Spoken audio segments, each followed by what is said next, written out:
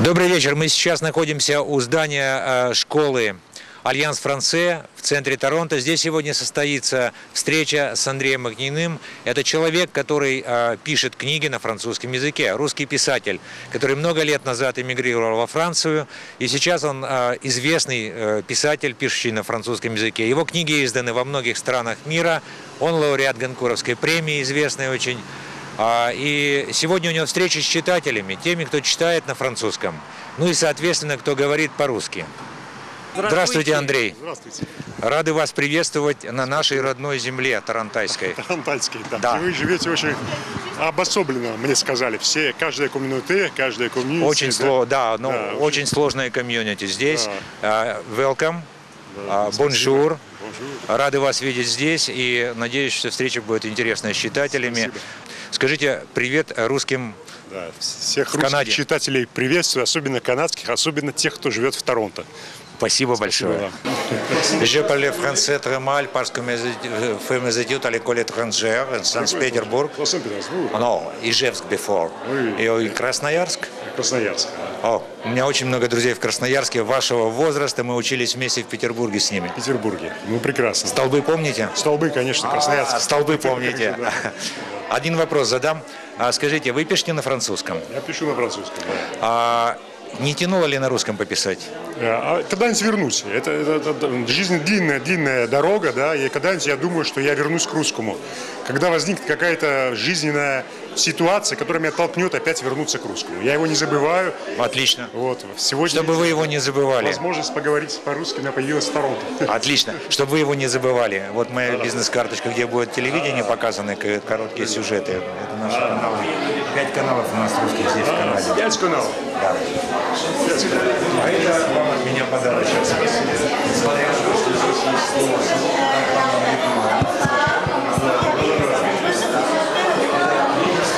На русском языке художественное, которое выпущено здесь.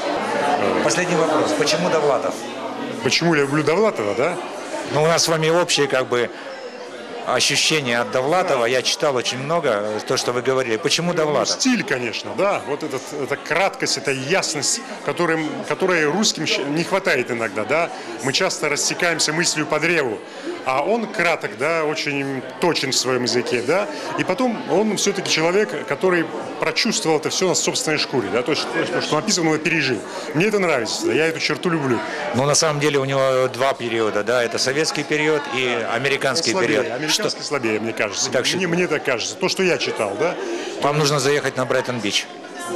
Чтобы чувствовать. Брайтон-Бич, я был на Брайтон-Бич.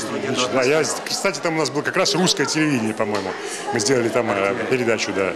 Вот. С Тополером? Я уже даже не помню, с кем, давно уже, да. Так вот, эта книжка о русском Торонто, художественная книжка, я написал ее. Это роман, да? Это адвенчур, роман. Да. Приключения русского журналиста на улице Бассерс. Улица Бассерс – это то же самое, что Брайтон-Бич, только здесь. Брайтон-Бич, где много сконцентрировано русских, да? Здесь, да. И на каком языке они говорят здесь, когда они там?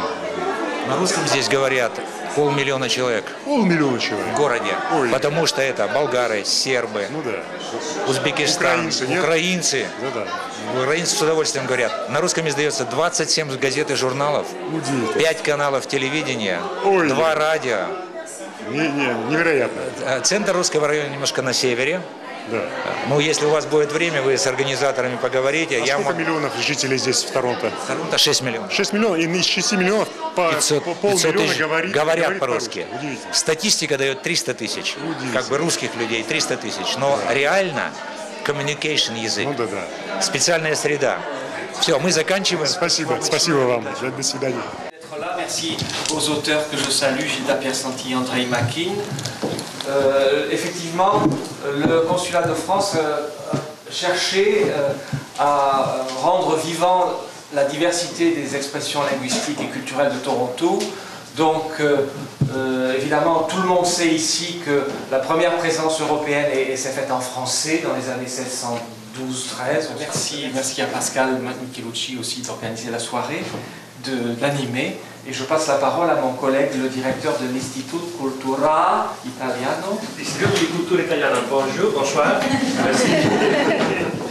C'est un honneur de m'adresser à vous ce soir. Bien sûr, ce qui est parler des livres qui étaient déjà présentés. Deux pas d'ici. Je vais laisser le soin à Pascal Michelucci de présenter nos deux invités ce soir. Et je vous permettrai de présenter Pascal, qui est professeur de lettres modernes à l'Université de Toronto, au département d'études françaises de l'université. Il est aussi... Commencer notre récit à partir de la date de notre naissance. Je n'ai pas remarqué ce moment, entre nous soit dit, ma naissance. Et d'ailleurs, les premières années, elles sont dans les brumes. Mais cette naissance, tout à coup, est devenue très présente grâce à ce bref échange que j'ai eu avec le journaliste russe ici présent. Très brièvement, elle m'a dit « Est-ce que vous vous souvenez des staubi ?» Staubi, ce sont des piliers, des pitons rocheux à côté de la ville de ma naissance. Et le journaliste ici présent, il connaît ce lieu. Et tout à coup, toute cette enfance s'est réveillée à moi. Je les ai complètement oubliés, à vrai dire. Mais quand il a parlé en russe de ce lieu est devenu très présent à moi. Voilà mon enfance, cette enfance sibérienne, qui a été originale en cela que la présence française se sentait déjà, enfin, se faisait déjà sentir grâce écrire en français en étant italien ou écrire en français en étant russe, c'est aussi se situer dans un espace qui théoriquement n'existe pas. Aujourd'hui, vous disiez, on le construit, c'est-à-dire c'est un espace un entre-deux. Et donc, il est à situer cet espace. Ce qu'on écrit, c'est une langue qui est aussi le résultat de tous ces différents échos, si on peut parler musique, entre les deux.